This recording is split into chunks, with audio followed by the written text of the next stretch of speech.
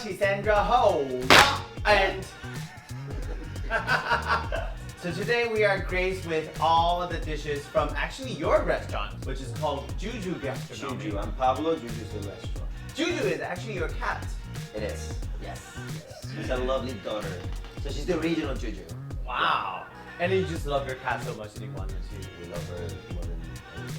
Love that. And Yes. today we are graced with tortilla, which we made in Cooker Sandra. If you want to see it, go check the previous video. And then we have some charcuterie board. This we call it embutidos. Embutidos. Embutidos, yeah, because you know in Spain we have something called Iberico. Iberico. Right? Iberico is like a breed of pig, and then all the cold cuts that you see here, they have the jamon, it's all Iberico. Love that. And we got some meatballs. How do you say it in Spanish? Albóndigas. Albóndigas. Yes, albóndigas is with cheese. You I like love that. I love cheese. I'm lactose. I'm gonna poop weird, but I love cheese. And olives. How do you say Olives, yes, aceitunas. it? Tunas. Aceitunas. Aceitunas. Aceitunas. Aceitunas. Actually, you could say olivas. Olivas. Yeah, but I just wanted to make it more difficult for you. I've always wanted to ask you because I know that you weren't a chef when you were in Spain, and you become a That is chef true. in Taiwan. How did that happen? You know, life just led me here. Yeah. Mhm. Yeah, but it's like even after I left Spain, I spent many years traveling, and I was an English teacher actually for a while, for many years. Yeah, So because I you just hate that? No, Oh. no. I mean, I'm happy where I am right now, but I Mhm. did enjoy it a lot at the Wow. time that I did it. You know, because I became an English teacher so I could travel, so I could Mhm. go to different countries and find a job there. And of course, being a teacher gives you that option, right? But A how lot of did people- you develop the interest of becoming a chef? in I've Taiwan? always been interested in food. Mhm. I love eating more than anything in the world. Mhm. It's like my passion, and I've always cooked. You know, even since I was a kid, even when I was like at university with my roommates, I always cooked for them because I've always loved it. You know, and I always had that interest. When my mom or my grandma would cook in the kitchen, I would just go in and be like, "What are you doing here? What are you doing there?" You know, I just want to learn. I didn't expect that it was going to become my profession. It did. It did. I moved to Taiwan. I knew I didn't want to teach anymore. I wanted to do something different in my life, and then I kept cooking for friends. People liked it. I started doing some cooking classes, and then I ended up in my restaurant. But a little birdie had told me that you actually came for Taiwan for love. Yes, that is Cheers true. to that. That is true. To love. Yeah, I met. He's my husband now, Mm-hmm. but I met him while I was still in China. I spent 2 years in China before Mhm. coming to Taiwan, Wow. and we met online. Wow. And then we traveled together for a few months.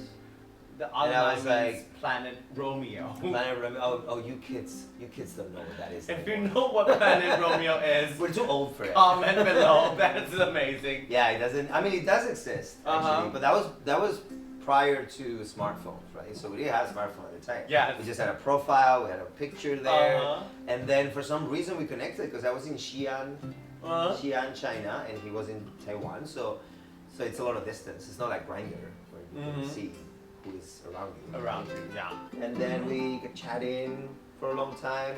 I mean, it took us a few months to actually meet, like in person. But we moved from Planet Romeo to Skype, and then we're Skyping together. That's also very old. Oh, it's Old also people very thing. old-fashioned. It's the old days. It's okay, but that's a romantic way, okay? It just happened at the right time, you know, because I was already, as I said, like getting tired of teaching. I didn't want that to be my job anymore. And then he kept saying, "Well, why don't you just move to Taiwan?" He's Taiwanese. He's Taiwanese, yeah. But it just, I was already thinking about Taiwan, you know, because after 2 years in China, I was like, okay, I'm done with China, but I still want to stick around the area. I want to keep like learning Mandarin. So I was like, well, Taiwan just sounds like the best option. How was your Taiwan experience when you first moved in? It was really good. I mean the most challenging part was for me to, you know, have no idea what I was gonna do for a living, right? That was the part. Like it took me like a couple months of being like, oh my god, like it's gonna be of me? Like, you know, yeah, I have this husband and things are going really well together, but I need to figure out my life. So that was a challenging bit, but he was super nice, super helpful. I think we connected really well, just living together in the beginning, even though he was literally my first boyfriend.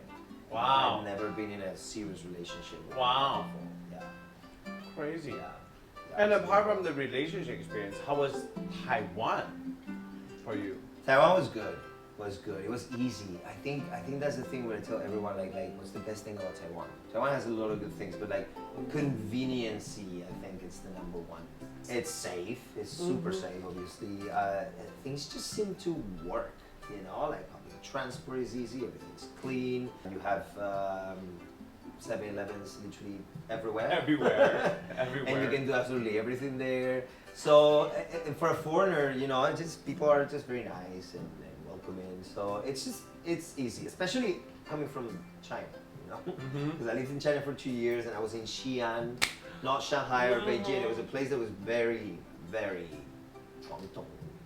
传统, Traditional. But I wanted you to introduce me. What's around here? So this is our restaurant. We call it Super Platter. Uh-huh, Because Super it has Platter. a little bit of everything.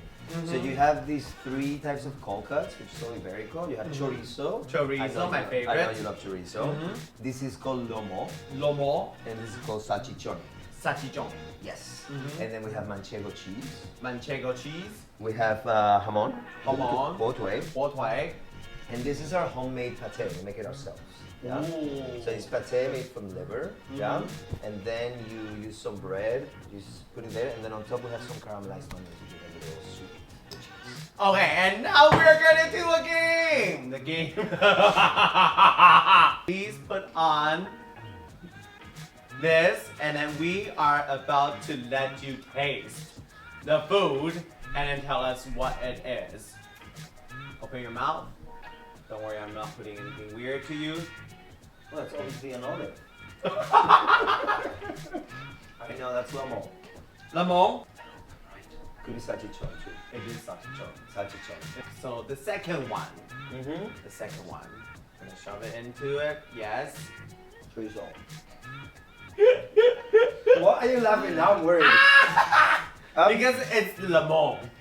This has, like, I've seen so many chefs done it, and when they're blindfolded, they cannot tell. Give me an olive. olive. I'll know it's an olive. Oh, come on, that's tortilla. The last one.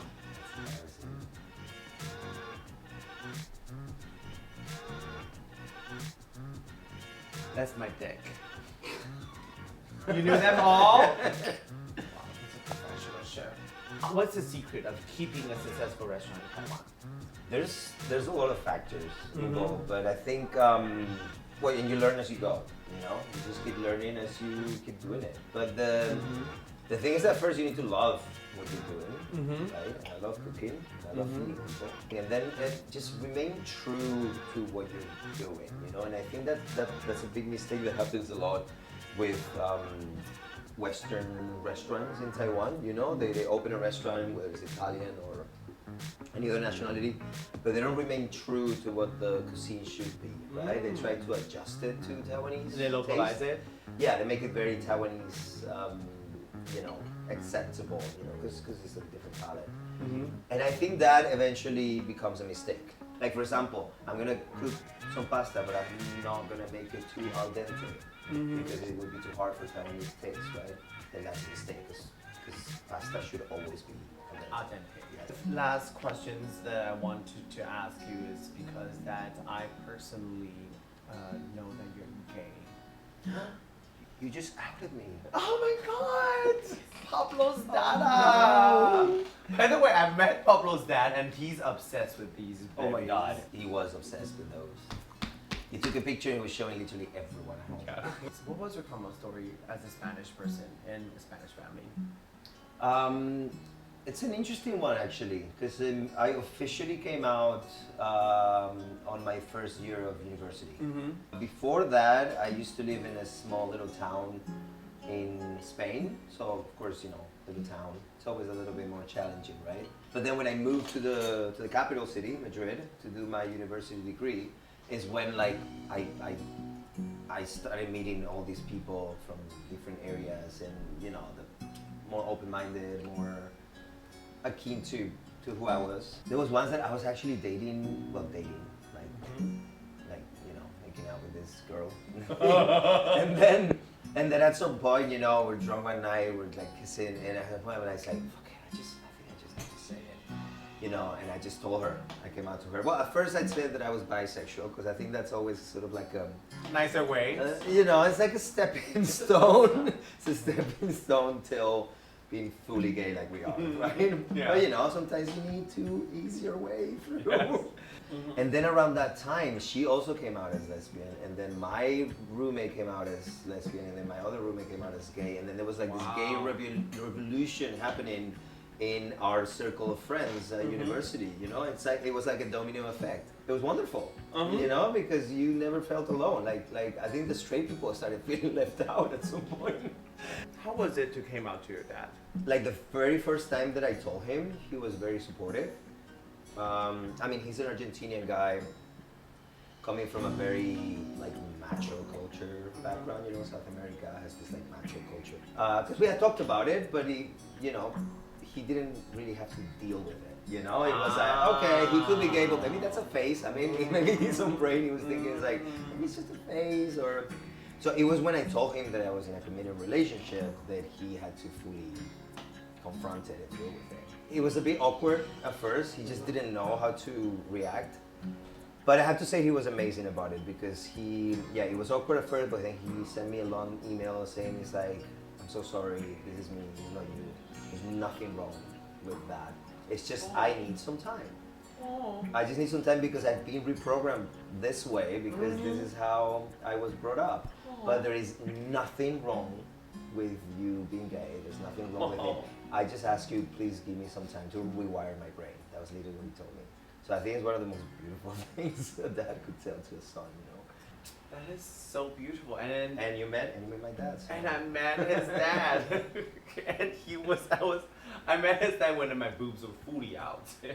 And for him, you know, that was such an amazing experience, because he'd never been part of like a drag brunch, or he's never even, I don't think he's ever met a drag queen before, you know? So it was all very foreign for him, but he embraced it, and yeah, very, very proud of him.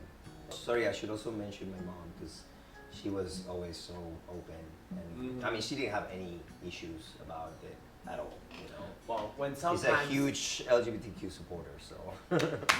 when I feel like when one of the parents is so supportive, we forgot to mention them, because they're just like so amazing out there. Exactly. For my mom, there was never an issue. It was never a problem. She was always 100% with it. Yeah. So, but we should still mention it. Yes, and I hope next time your mom gets to touch my boobs. You've done a lot of things that are difficult in your life. You came out to your family. You decided to start to travel around the world to teach English. You decided to open a restaurant as a chef for the first time in a foreign country, in Taiwan. What was carrying you throughout this time? What was your motto that was carrying you throughout this whole freaking time? Oh, that's a difficult question. Of course, we ask a difficult question at the end of the show. It's so deep. I've always loved new experiences. If there's something that I can say, it's I've never been afraid of change either. You know, I think change has always been almost like a motivation. Not because I was running away from something.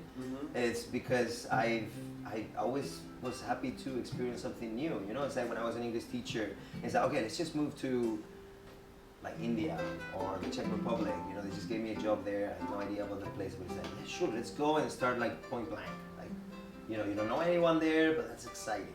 You know. And then the amazing thing is, like, after you leave, you still get to keep all these amazing people that you've met along the way, you know. So I always keep what I want from each stage of my life, but I'm always excited about like starting something new. Now you can cry, but I think that my takeaway from this answer is immerse, embrace, and engage. You know, like immerse with the situation, with the the new environment, embrace everything that's coming up to you, and continue to engage with it. That's exactly right. Seriously, thank you so much for coming here, Thank you. Thank you for telling having us me. your story, Thank you for having me. It's been a blast. bringing us this amazing food. I've Cheers to I've that. had a blast, babe. Really, it's been a lot of fun. And that's Lee Ho for tonight. I hope you continue to follow Lee Ho because in Lee Ho we will greet our audience, hi Lee Ho, and then you'll get deep, deep, beautiful stories. Like that, very deep. Like my butthole. Ooh, ooh,